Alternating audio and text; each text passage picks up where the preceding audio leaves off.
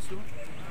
এই দিনটো এপছুৱে student day হিচাপে ছাত্ৰ দিৱস হিচাপে উদযাপন কৰি আহিছে আৰু আমি চৰকাৰৰ তৰফৰ পৰাও এতিয়া চৰকাৰে আমি সেইটো এনাউন্স কৰিছোঁ যে এইটো আমাৰ হলিডে হ'ব আৰু ইয়াত আমি এই দিনটো আমি ভালকৈ উদযাপন কৰিম কাৰণ এই দিনটো আমাৰ পিছপৰা জনগোষ্ঠীবিলাকৰ কাৰণে এটা আদৰ্শৰ দিন। বডোফা উপেন্দ্ৰনাথ ব্ৰহ্মই ষ্টুডেণ্ট হিচাপে তেখেতে যি সংগ্ৰাম চলাইছিলে এই সংগ্ৰামৰ দ্বাৰা আজি নামনি অসম বা এই পিছপৰা অঞ্চলবিলাক যথেষ্ট আগুৱাই যাবলৈ পাৰিছে। সকলো জাতি জনগোষ্ঠীয়ে নিজৰ নিজৰ অস্তিত্ব ৰক্ষাৰ কথা চিন্তা কৰিবলৈ পাৰিছে আৰু সেইকাৰণে আজি আমি বডোফাক সদায় স্মৰণ কৰিম আৰু তেখেতৰ যিটো নীতি আদৰ্শ লৈ পেলাই আমি সদায় আগবাঢ়িব লাগিব। আমি সমাজত হিংসা নিবিচাৰোঁ, জাতি জনগোষ্ঠীৰ মাজত ভেদাভেদ হোৱাটো আমি নিবিচাৰোঁ। কোনো জনগোষ্ঠীৰ তলত ডমিনেট হওক এইটো আমি নিবিচাৰোঁ। সেইকাৰণে আমি তেখেতৰ নীতি আদৰ্শটো সদায় জীয়াই ৰখাৰ কাৰণে আমি কাম কৰি যাম আৰু এই বডোফাৰ 65th যিটো আমাৰ জন্মদিন ইয়াৰ উপলক্ষে মই সকলো অসমৰ ভাৰতৰ সকলো মানুহবিলাকক ৰাইজক মই শুভকামনা জ্ঞাপন কৰিছোঁ আৰু সকলোলৈ মই ধন্যবাদ জনাইছোঁ। দাদা এই বডোফাৰ সমাধিস্থলী আজিও কেইবা বছৰ ধৰি সংগ্ৰাম চলি আছিলে। সেইকাৰণে বডোফাৰ যিটো গ্ৰেভিয়াৰ্ড সমাধি সেইটো উন্নতিকৰণ কৰা আমি সময় পোৱা নাছিলোঁ, কিন্তু তাত এখন চৰকাৰ আছিলে। এই চৰকাৰে যোৱা 17 বছৰে আমাৰ বডোফাৰ যিটো গ্ৰেভিয়াৰ্ড এইটো নেগলেক্ট কৰি আহিছে আৰু আমাৰ চৰকাৰ মাত্ৰ দুমাহে হৈছে।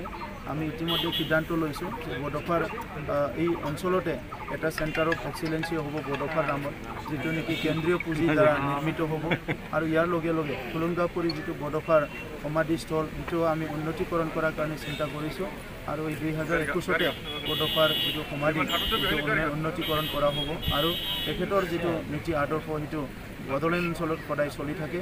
ইয়াৰ কাৰণে আমি চৰকাৰীভাৱে কিছুমান পদক্ষেপ আমি ইয়াতে লোৱা হ'ব।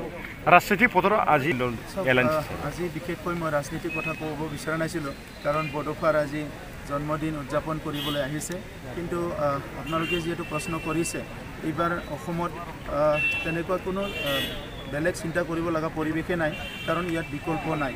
একমাত্ৰ বিজেপিৰ নেতৃত্বত আজি মিত্ৰজোঁটৰ চৰকাৰ হ'বলৈ গৈ আছে, সেইটোৱে বাস্তৱ আৰু ইয়াত মহাজোঁট বা বিভিন্ন দল সংগঠনে ইয়াত একো বিট কৰিব নোৱাৰে বা কম্পিট কৰিব নোৱাৰে কাৰণ ৰাইজে নীতি আদৰ্শ থকা নেতাবিলাক বিচাৰে, কাম কৰা নেতা বিচাৰে, যিসকলৰ কৰ্মসংস্কৃতি আছে।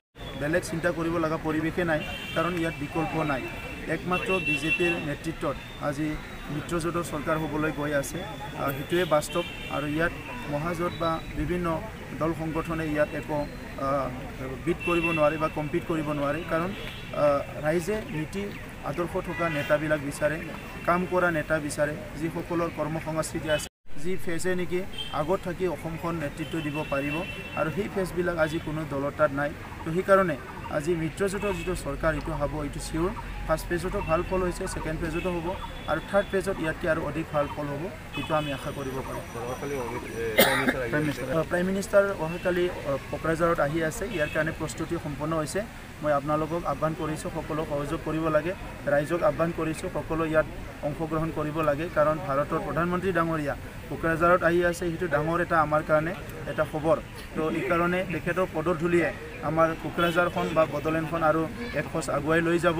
তেখেতৰ আজি সেই আগমনে আমাক উৎসাহিত কৰিছে আৰু তেখেতৰ যিটো ইয়াত উপস্থিতি সেইটো আমাৰ বড়োলেণ্ডৰ বিভিন্ন জাতি জনগোষ্ঠী ৰাইজক একত্ৰিতভাৱে শান্তি সম্প্ৰীতি নিৰাপত্তাৰে আগুৱাই যোৱাৰ সাহস দিব। এইটোৰ কাৰণে প্ৰধানমন্ত্ৰী ডাঙৰীয়াক আমি কোকৰাঝাৰলৈ স্বাগতম কৰিছোঁ।